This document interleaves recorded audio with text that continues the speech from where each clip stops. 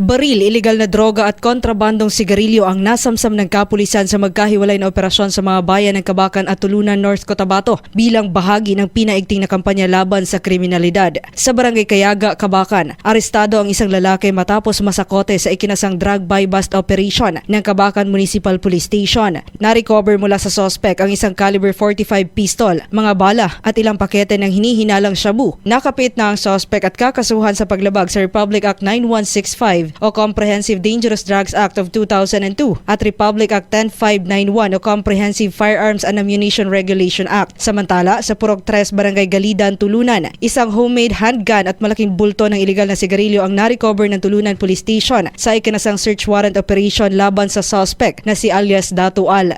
Nakuha sa loob ng bahay nito ang 23 reams ng New Berlin cigarettes at isang ream ng D&J cigarettes. Subalit, nakatakas ang suspect bago patuluyang maisilbi ang warrant. Kakaharapin ng nakatakas na suspect ang kasong paglabag sa Republic Act 10591 at Republic Act 10643 o Graphic Health Warnings Law. Patuloy naman ang manhunt operation ng pulisya upang matunto ang kanyang kinaroroonan. Pinagtitibay ng mga operasyong ito ang patuloy na paninindigan ng kapulisan sa North Cotabato laban sa ilegal na droga, baril at kontrabando. Patuloy ang paalala sa publiko na makipagtulungan sa mga otoridad upang mapanatili ang kapayapaan at kaayusan sa komunidad.